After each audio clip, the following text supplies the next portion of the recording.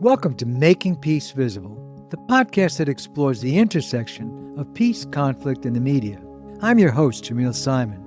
In this episode, we're focusing on a conflict that's invisible to almost everyone, but has implications for the whole planet.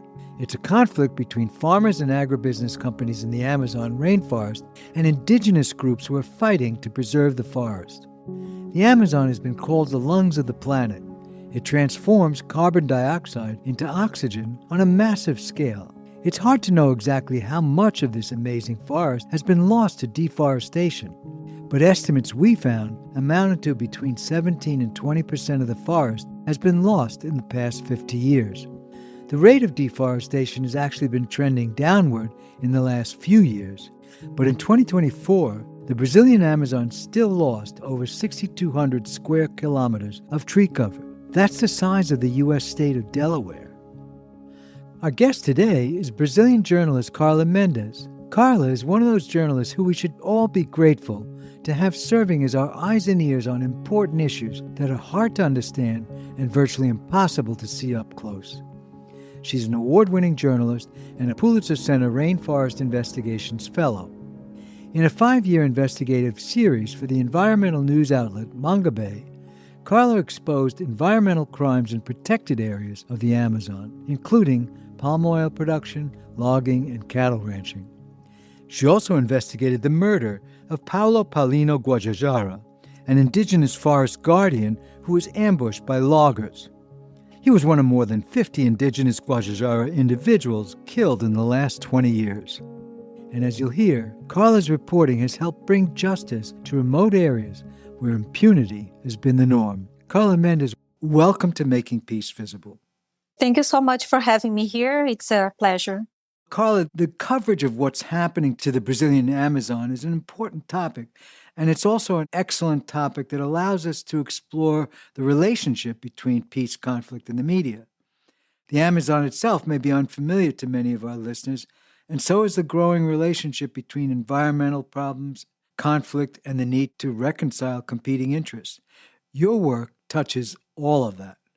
I used to say that the Amazon changed my life, and it's true. Since the very first time I went there, as a Brazilian, I didn't have the knowledge of the Amazon until going there, because you can read, you can imagine what's going there, but until we're there and face and understand the situation of the local communities and what's behind the conflicts there, it's something unique. And from that moment back to 2017, I decided that's what I wanted to do. And as a journalist, I really love what I do because we have the opportunity to go places where tourists don't go and to show the real Amazon.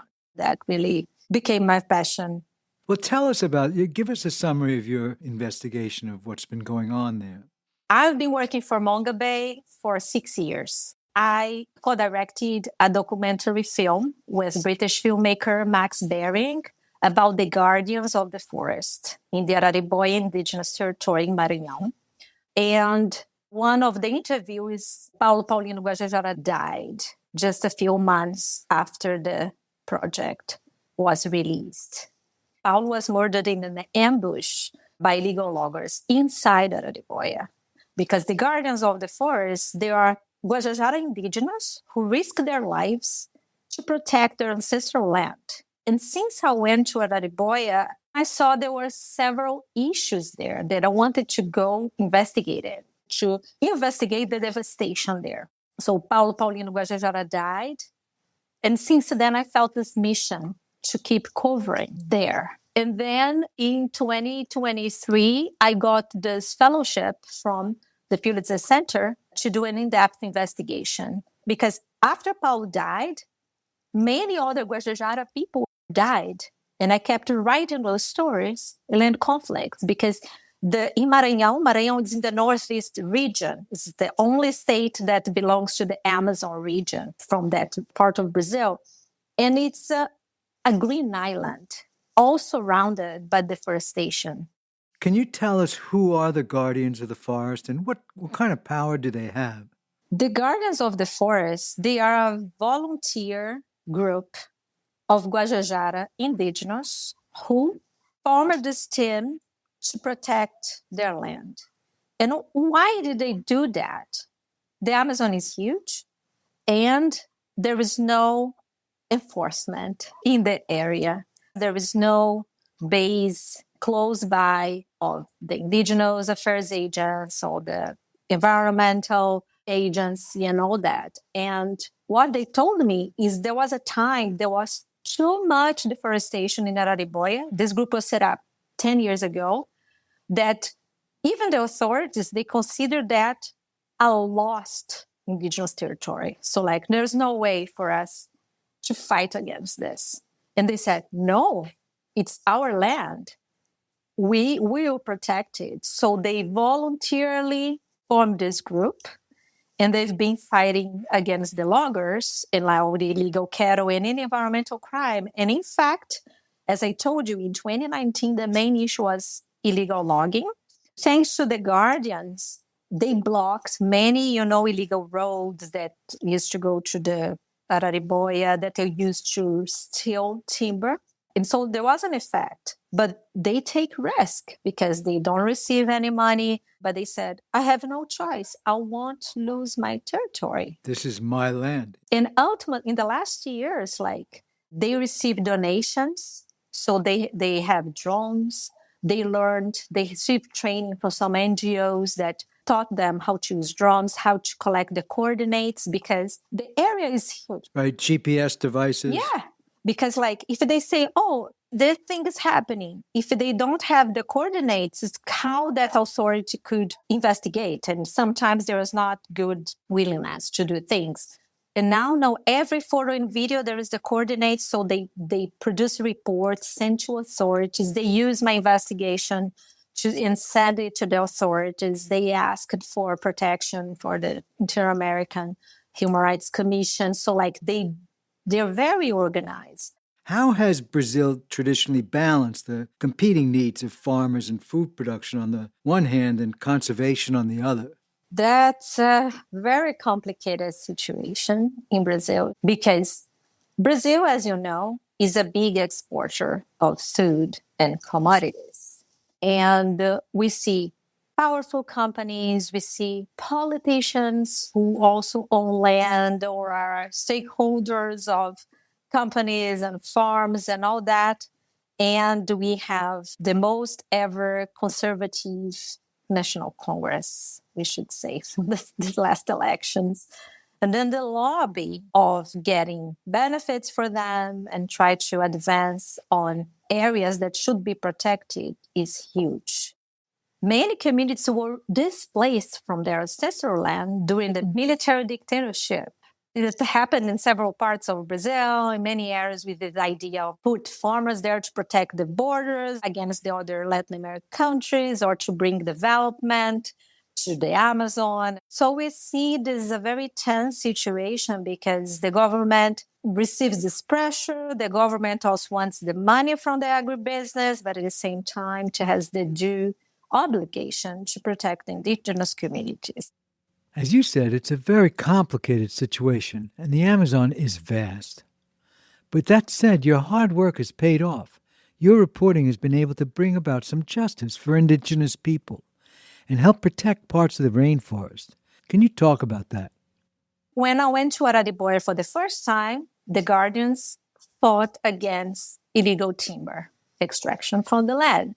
And at the time, I wanted to investigate who was buying, who was behind that. And then when I went back there in 2023, I figured that there is still some illegal timber issues, but the most important issue became illegal cattle inside the indigenous territory. For that project, I also followed up on the story of the murder of Paulino Guajajara that has not gone on trial until today.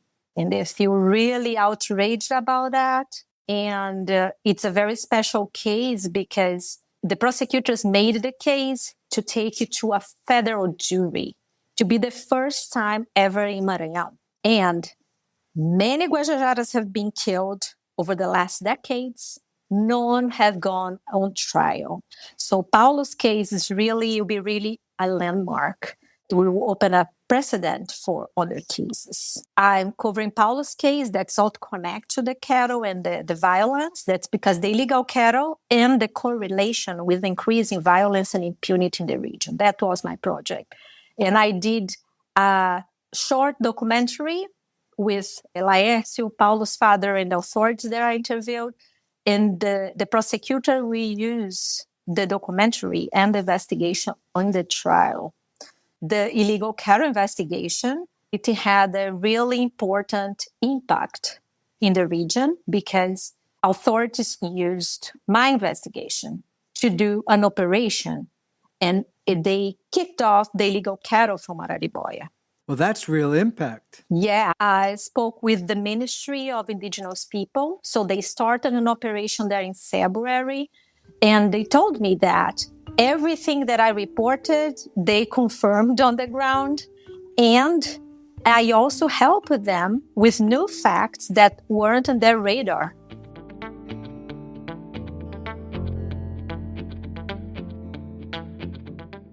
Tell us a little more about the relationship between the indigenous groups you covered and their home in the Amazon jungle. Does their way of living generally preserve the forest? Yes, that's what they do. Because what I learned from the communities is they don't make a separation between nature and themselves. They are part of nature. And so they find, a balanced way of living there, getting their livelihood, for example, fishing, game, and all like harvesting fruits and vegetables and all that. That grow there naturally. Yeah, in some cases they grow some crops because what happened, especially in the villages that are closer to developed cities, they have that influence. And also some areas were cleared in the past, they don't have that available anymore. And also because of climate change, but they have a true knowledge about the richness of the forest, and they find a way to co-live with it. So, for example, in the river, as the water is contaminated, they usually to drink it directly from there. So they can't drink the water they used to do to take a bath, they can't. And they used to fish, they can't because it's all contaminated. So there is, all this domino effect, negative domino effect for them. Right. And so that's why they fight against the companies. Yeah, environmental conflict is going to grow as the environmental damage increases. And at the same time, some, individual initiatives of preservation and all that.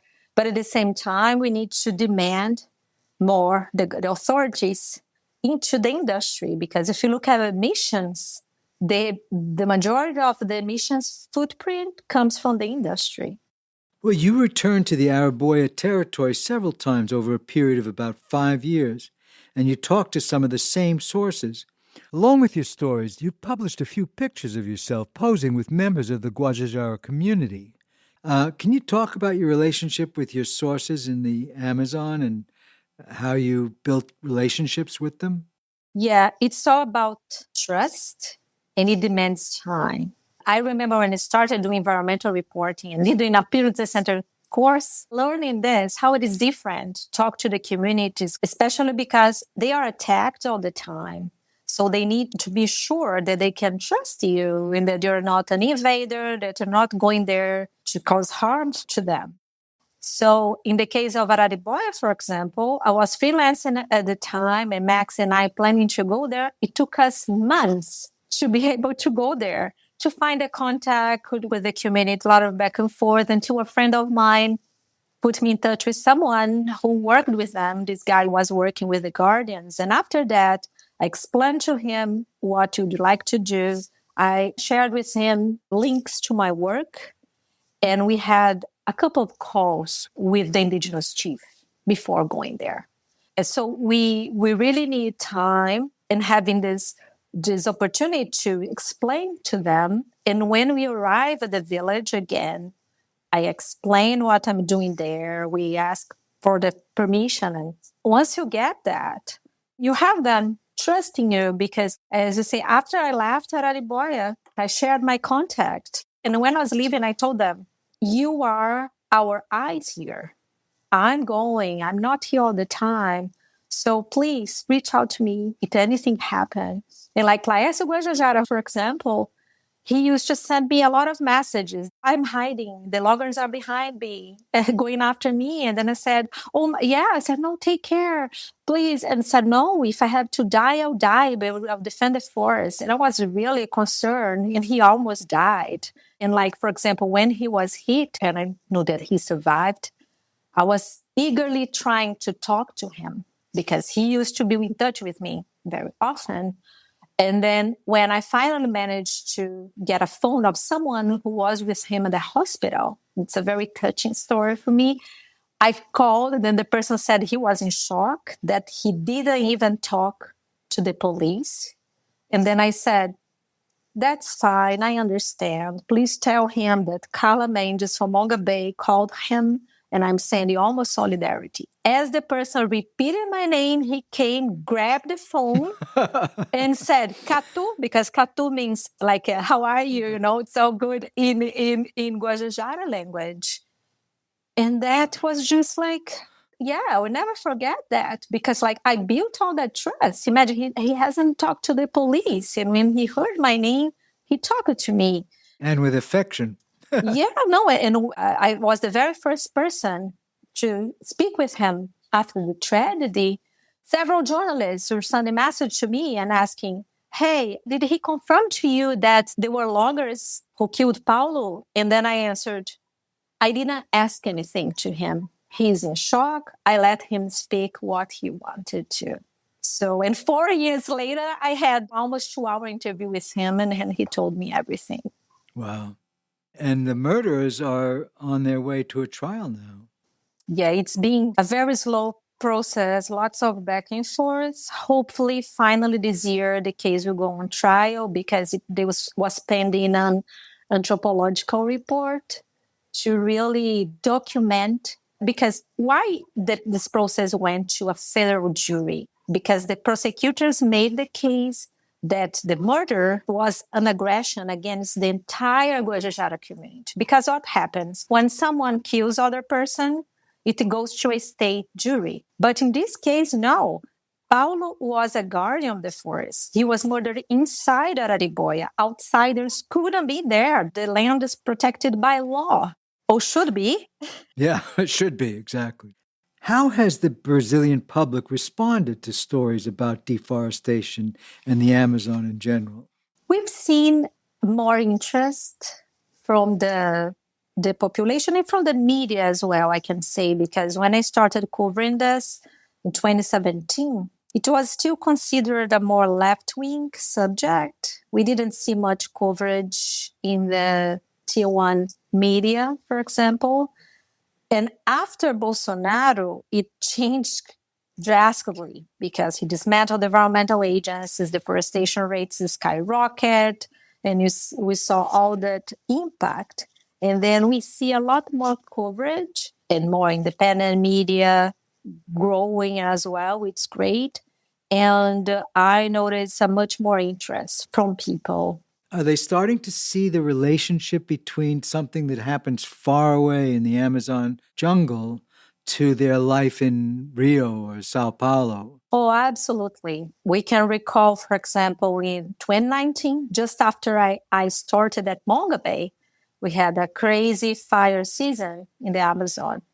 And the smoke from the Amazon reached São Paulo. The sky in São Paulo was dark. Wow. And like crazy. And I think that as we see the effects of climate change and, higher temperatures, like the seasons are different than they used to be before, people can see how it affects them and how it's important to preserve the Amazon, the Atlantic forest, how it is important to preserve nature, because it's all connected at the end. And so we see more people being worried about it. Well, that's a good thing. What do you think needs to happen to stop the violence between the indigenous people and the farmers and other loggers and all that? Do you think prosecuting the crimes is enough, or do you think there are larger factors that will continue to drive violence? To me, there are two things. One is, of course, enforcement, protection, prevent crimes to happen. That's really the best solution. And at the same time, prosecute the criminals because impunity reigns.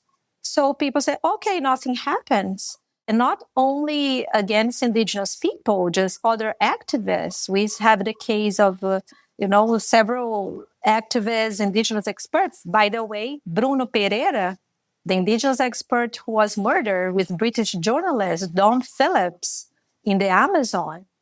Bruno was also part of the Guardian's documentary film that we did in 2019. So he is the second interviewee who was murdered.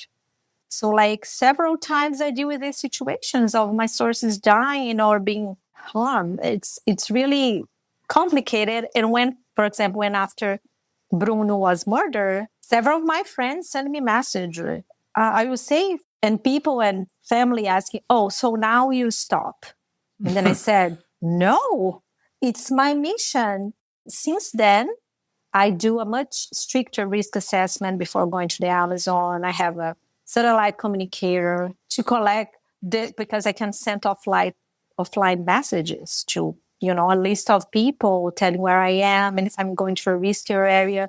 So like it changed, but I said, I can't stop. But at the same time, what happened to Bruno and Dom, we said it could have happened to all of us because I risked my life several times to do reporting.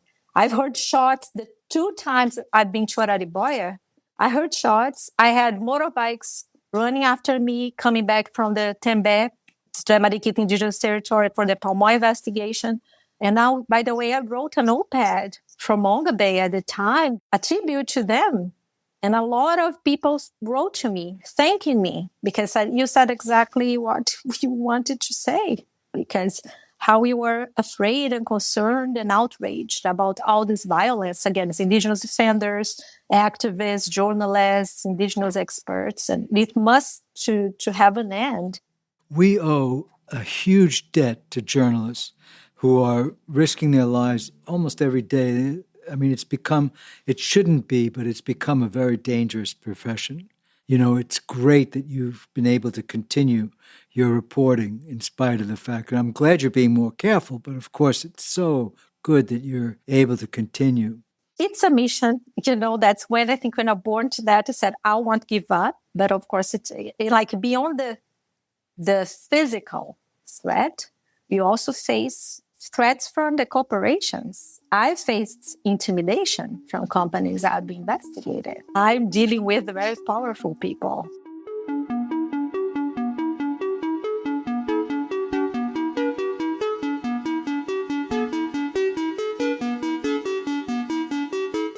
We're always interested in peace building, that is, efforts to resolve conflicts.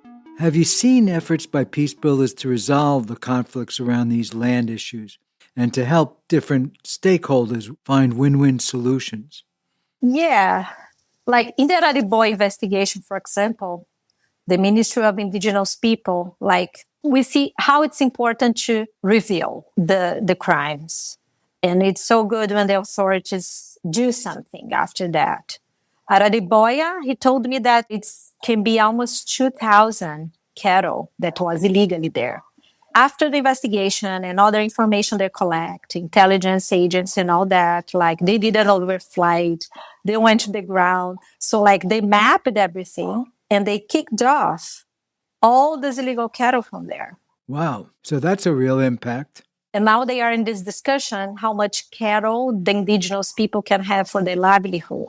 Because they find out that there were some indigenous people being persuaded by the farmers and they're registering hundreds of cattle under their name. And so the agents called the ministry and say, hey, this is happening. It's not right. So and at the same time, we know that they need assistance. Several of these communities, they ended up becoming an ally, I would say, with wrongdoing because they don't receive assistance from the government.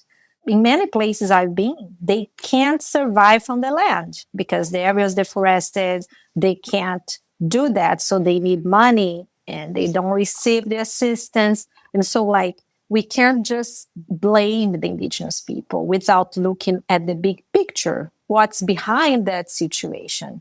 So it's really important for the authorities that are entitled by law to protect these communities to understand the situation. And then, like in some cases, I know that the communities are involved in restoration projects, or like, for example, I've visited communities that they have the native cacao in the area. They export to Germany through a cooperative, that has the government providing funding so they can receive some money, and keep co-living with the forest. Yes. So we need to present solutions for them to not destroy the forest. And to shine a light on those solutions. Yes, absolutely. Well, I am, as one person who cares about the Amazon, who's been to the Amazon, I really deeply appreciate the work you're doing, the risk you're taking. And so it's so important. So thank you very much for making this come alive. No, thank you so much.